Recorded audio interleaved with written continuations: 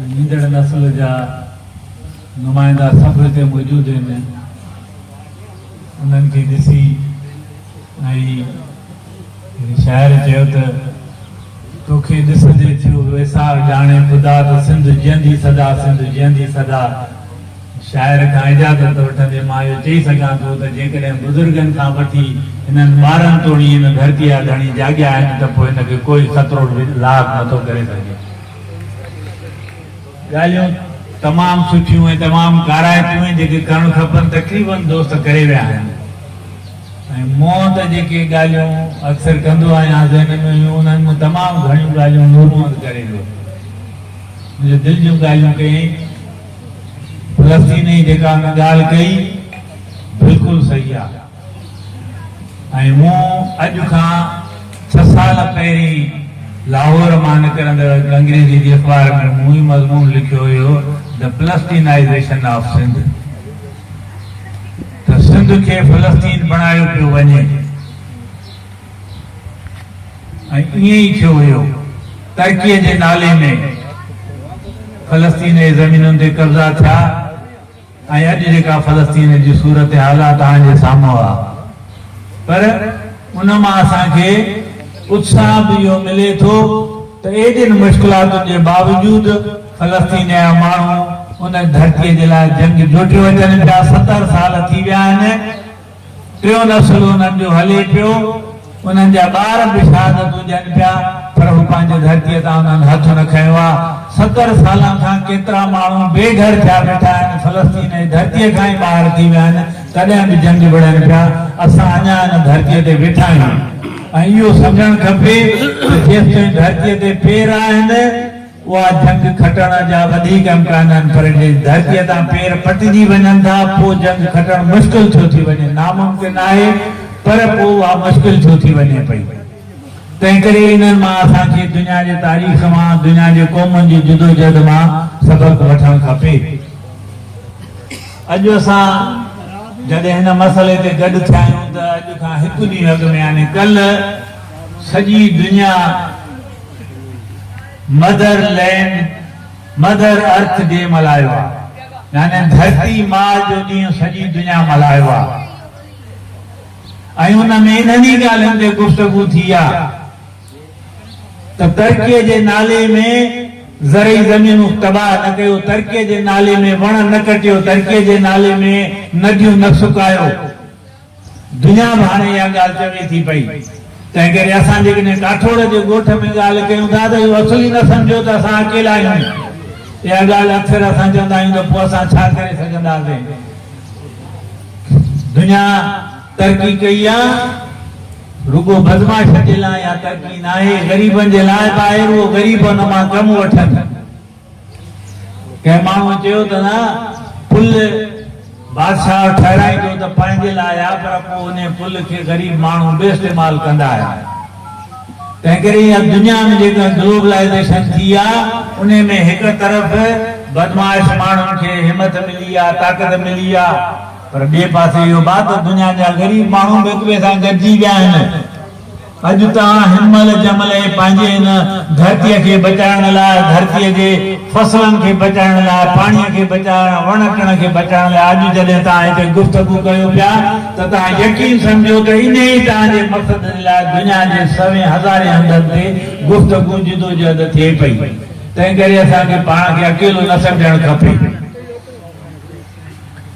असांखे जीअं दोस्तनि चयो मुंहिंजूं ॻाल्हियूं तमामु घणियूं सुठियूं थी चुकियूं आहिनि। मां जे कंदुसि शायदि हिननि ॻाल्हियुनि ते रुगो ज़ोर ई ॾींदुसि त हा दा इहा ॻाल्हि सुठी हुई। त जेका ॻाल्हि हेतिरे थी त असांखे जंग खटण जे लाइ लकीर कढणी पवंदी, फ़ैसिलो करणो पवंदो। असांखे दोस्त दुश्मन जी लकीर कढणी पवंदी। ऐं दोस्त दुश्मन जी शनाख़्त इन ते न आहे त उहो ॿोली कहिड़ी थो ॻाल्हाए, या मुंहिंजे पाड़े में थो रहे या परे थो रहे। पंहिंजा जी इहा ॻाल्हि न आहे। पंहिंजो उहो आहे जेको हिन धरतीअ जे लाइ विड़े उहो भली ॿी ॿोली बि ॻाल्हाए, हिते सिंधी ॿोली ॻाल्हाइण वारा बलोच बि आहिनि, पर अञा ॿियूं ॿोलियूं ॻाल्हाइण वारा, उर्दू ॿोली ॻाल्हाइण वारा बि केतिरा असांजे कराची जी राइट अलायंस जा मेंबर आहिनि। उहे असांजे ॻोठनि ताईं असांजे जिदोजहद में अचनि था, पर छा उहे सिंधी जेके हिन धरतीअ खे विकिणनि उन्हनि खे असां पंहिंजो भाउ चवंदासीं छा न चवंदासीं? ऐं वञण जी ॻाल्हि थी, साईं ख़ुदा ने छा चयो, बिल्कुलु सही चयो। असेंबलियुनि जे अंदरि वञण ठाहियो वियो ऐं रोड रस्ते जी जिदोजहद सां उन वञण खे टोड़ियो वियो, पर उन जिदोजहद जी कामयाबीअ जो हिकिड़ो ॿियो सबबु हुयो। उहो सबबु इहो त सिंध जे माण्हुनि लीक आवाज़ कढी, उन्हनि चयो त जीअं हैदर बस जतोई ऐं उन्हनि जा साथी मुंहिंजे वतन आहिनि, अयूब खोड़ो ऐं मलीमद राष्ट्री सिंध जा गद्दार आहिनि, ऐं एतिरो ज़ोर सां उहो माण्हुनि चयो जो अयूब खोड़ो राष्ट्रीय नालो सिंध में गार बणिजी वियो। तव्हां इहो करे ॾेखारियो त उहे माण्हू जेके कल्ह 6 महीना अॻु में हिते तव्हां सां असां सां गॾु हुया, जेके चवनि पिया त पीपुल्स पार्टी भीग करे छॾी, पीपुल्स पार्टी सिंध विकिणी छॾी, अचो अचो त गॾिजी पीपुल्स पार्टीअ खां सिंध छॾायूं। अॼु हे निहायत बेशर्मी असां चवनि था त पीपुल्स पार्टीअ में शामिल थियूं सिंध जा हक़ वठण जे लाइ। उन्हनि माण्हुनि खे तव्हां गार बणाए छॾियो जो उन्हनि जो नालो सिंध जे ॻोठनि मां गार बणिजी वञे, जाथो लंघनि त माण्हू चवनि त इहे वञनि था कूड़े राष्ट्रीय जा साथारी, इहे वञनि था नाऊमल जा साथारी। पोइ तव्हां ॾिसो तव्हांजी जिदोजहद कीअं नथी कामयाब थिए। इहे ईंदव वरी तव्हां वटि, मां ॿुधायां थी वरी ईंदा तव्हां वटि, ऐं पोइ असां सिंधी माण्हू ॾाढा चवंदा यार हाणे पोइ छा चयूं हुनखे, पर क़ौमुनि जी बका, धरतीअ जे बका जे लाइ माण्हुनि सां फ़ैसिला करणा पवंदा। सिंधियुनि जे बापला त पुराणा न थींदा आहिनि, ऐं चवनि था साईं सिंध जूं ज़मीनूं विकिणी उन्हनि माण्हुनि जूं। ॿिया बि दोस्त ॻाल्हि करे, मुंहिंजो सभु ॻाल्हियूं थी वियूं आहिनि। कराचीअ में 70 जी इलेक्शन थी, पीपुल्स पार्टीअ खे सिर्फ़ 2 सीटूं मिलियूं, ॿई उहे जिते सिंधी माण्हू पिया रहनि, सिंधी ऐं बलोच पिया रहनि, हिकिड़ी मलीर में हिकिड़ी जारीअ में, ॿी किथां में हिकिड़ी सीट न मिले। वोट सिंधी माण्हुनि खां उहो वठंदी आहे ऐं सिंधी माण्हुनि जा मफ़ाद गैर सिंधी माण्हुनि खे विकिणी ॾींदी आहे। सिंधी माण्हुनि जे वोट ते असेंबली जा मेंबर चूंडबा, उन्हनि असेंबली मेंबरनि जे ज़रिए सेनेटर सभु गैर सिंधी चूंडाईंदा। को आसिम थींदो, को रहमान मलिक थींदो, के ॿिया इहे सभु जेके आहिनि, को नायक थींदो, उहे सेनेटर सभु गैर सिंधी थींदा। ऐं हाणे मश्किल 2 ॾींहं शुरू कई अथऊं त साईं सिंध खे गैस नथो ॾिनो वञे, हाणे त गैस जे लाइ विढ़ंदासीं असां। ऐं 2 टे ॾींहं अॻु में तव्हां ॾिठो टीवीअ ते हिकिड़ो माण्हू आयो, उन नाला वठी ॿुधायो फज़ला कुरैशी सिंध जो हिकिड़ो पुराणो त कीअं इन डॉक्टर आसिम जंहिंजे गिरफ़्तारीअ ते चवनि था त मर्कज़ सां जंग कंदासीं, उन कीअं इन वज़ारत पेट्रोल तेल जी वज़ारत मां सभिनी सिंधी मुलाज़िमनि खे हिकु हिकु कढियो, उन जा नाला उन ॾिना। त तव्हां ॿुधायो हुयो त कंहिं बि नाले ते सिंध जे ज़मीनुनि जो विकिरो बर्दाश्त न कबो, कहिड़े बि नाले ते, ज़ुल्फ़िकार भुट्टे जो नालो हुजे, जीएम सैद जो नालो हुजे या बेनज़ीर भुट्टो, कंहिं बि नाले ते सिंध जे ज़मीनुनि जो कब्ज़ो न थींदो। जेकॾहिं असां चऊं था त जीएम सैद बि सिंध खां मथे न आहे त पोइ ॿियो केरु बि सिंध खां मथे न आहे। जीएम सैद बि सिंध जो अज़ीम फर्ज़ंद आहे, इन जे करे जीएम सैद जी अज़मत आहे। जीएम सैद खे लीडर था चऊं त उन सिंध जे लाइ जिदोजहद कई, हैदर बस जतोईअ खे इन करे असां अहमियत था ॾियूं, इन करे इज़त था ॾियूं, इन करे लीडर था मञूं त हुन सिंध धरतीअ जे लाइ ऐं सिंध जे ख़ासि करे सिंध जे हारनि ॾारनि पूरत माण्हुनि जे मफ़ादनि जे लाइ जिदोजहद कई। तंहिंजे करे था चऊं, तंहिं करे जेको सिंध जे मफ़ादनि जो, सिंध जे धरतीअ जो सौदो करे थो, उन सां दोस्ती न थींदी, कहिड़ा नाला खणी अचे।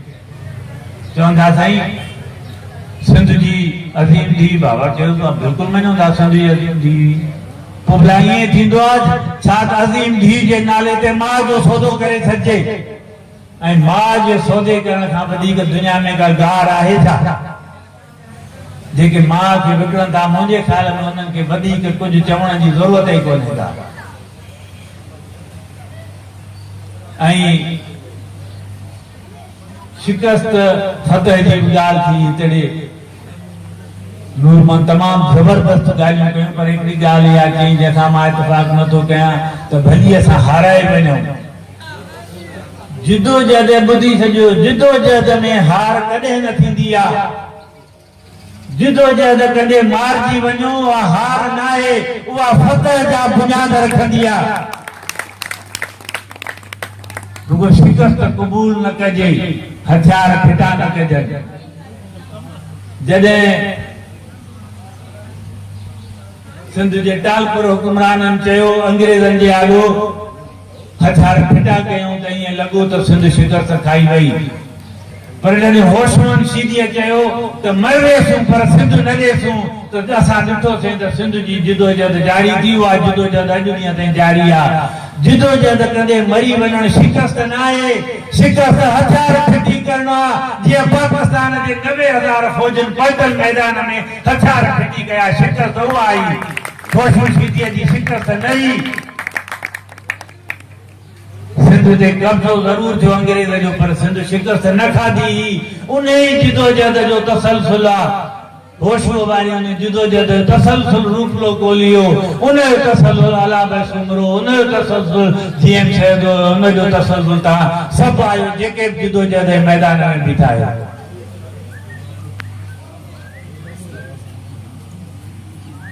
मां ॻाल्हियूं घणी अचनि पर असांजो मुक़रर यूसुफ मती खान साहब वेठो आहे शाम थी वेंदी त हूंदे बि थी वेंदी हिकिड़ी ॻाल्हि घुमाया कंदुसि त असां बहिराटाऊं तमामु वॾो मसइलो आहे पर असांजे क़ौमी वजूद खे ख़तमु करण जो इहो वाहिद मसइलो न आहे ॿिया बि घणा थियनि पिया बहिराटाऊं पियो ठहे डीएच पई ठहे ज़मीनुनि ते कब्ज़ा पिया थियनि ज़मीनुनि ते कब्ज़ा थिया असां ख़तमु थी वेंदासीं पाणी दुनिया में तहज़ीबूं दरियानि जे किनारे ते आबाद थियूं असांजी जेका बि सुञाणप आहे असांजो जेको वजूद आहे सिंधु दरिया जे ज़रिए उहो ख़तमु थो थिए त लॻे थो त असां त ख़तमु थी वेंदासीं धारी आबादकारी अचे थी हिकिड़े धारिया माण्हू अचनि था जेके असांखे फ़लस्तीन ॾे धिकनि पिया ईअं ई थियो फ़लस्तीन में माण्हू पहिरीं आया लुटिजी यूरोप खां माण्हू खाई चयो वीचारा ग़रीब आया आहिनि वो आस्ते आस्ते कब्ज़ो करे उन्हनि खे फ़लस्तीन खे कढी छॾियऊं त धारी आबादकारी रुगो बहिराटाऊं जे ज़रिए कान थी थिए पई कचनि आबादियुनि जे शिकिल में बि थिए थी पई इहे सभु मसइला आहिनि उन करे मां इहा गुज़ारिश कयुसि बहिराटाऊं जे ख़िलाफ़ यकीनन असांखे आवाज़ उथारणु खपे पर इन जिदोजहद खे आख़िरी मंज़िल ताईं तॾहिं पुॼाए सघंदासीं जॾहिं सिंध में ॿियनि मसइलनि ते सिंध में ॿियनि खितनि ॿियनि शहरनि में थींदड़ जिदोजहद सां असां पाण खे ॻंढींदासीं हुकुमराननि जी या साज़िशुनि जी आहे त अलॻि अलॻि करे असांखे मारियो वञे दोस्तनि जी चयो शाह साहब चयो सिंध जी ज़मीन आहे कराची सिंध जे गादीअ जो हंधु आहे तारीख़ ॿुधाए थी त फ़ैसला कुन लड़ायूं जेके आहिनि उहे गादीअ जे शहर में लड़ियूं वेंदियूं आहिनि अंग्रेज़ सिंध ते कब्ज़ो कयो उहो सन 1843 तारीख़ में लिखियल आहे जेतोणीकि कराचीअ ते कब्ज़ो उहो 4 साल अॻु में करे चुको हो पर छाकाणि त हुन वक़्तु हैदराबाद सिंध जे गादीअ जो शहर हुयो तंहिं करे जॾहिं हैदराबाद ते कब्ज़ो थी वियो तॾहिं चयो वियो त सिंध ते कब्ज़ो थी वियो हाणे कराची सिंध जो गादीअ जो शहर आहे उते सिंध जे हक़नि, सिंध जे वजूद, सिंधी क़ौम जे बका जी जंग जो असुल वॾो मैदान कराची थींदो। पर उन में शरीक सॼी सिंध हूंदी, सॼी सिंध खे पाण सां गॾिणो पवंदो ऐं असांखे सॼी सिंध सां गॾिणो पवंदो। आख़िरी फतह तव्हांजी थींदी, आख़िरी फतह असांजी थींदी। महिरबानी।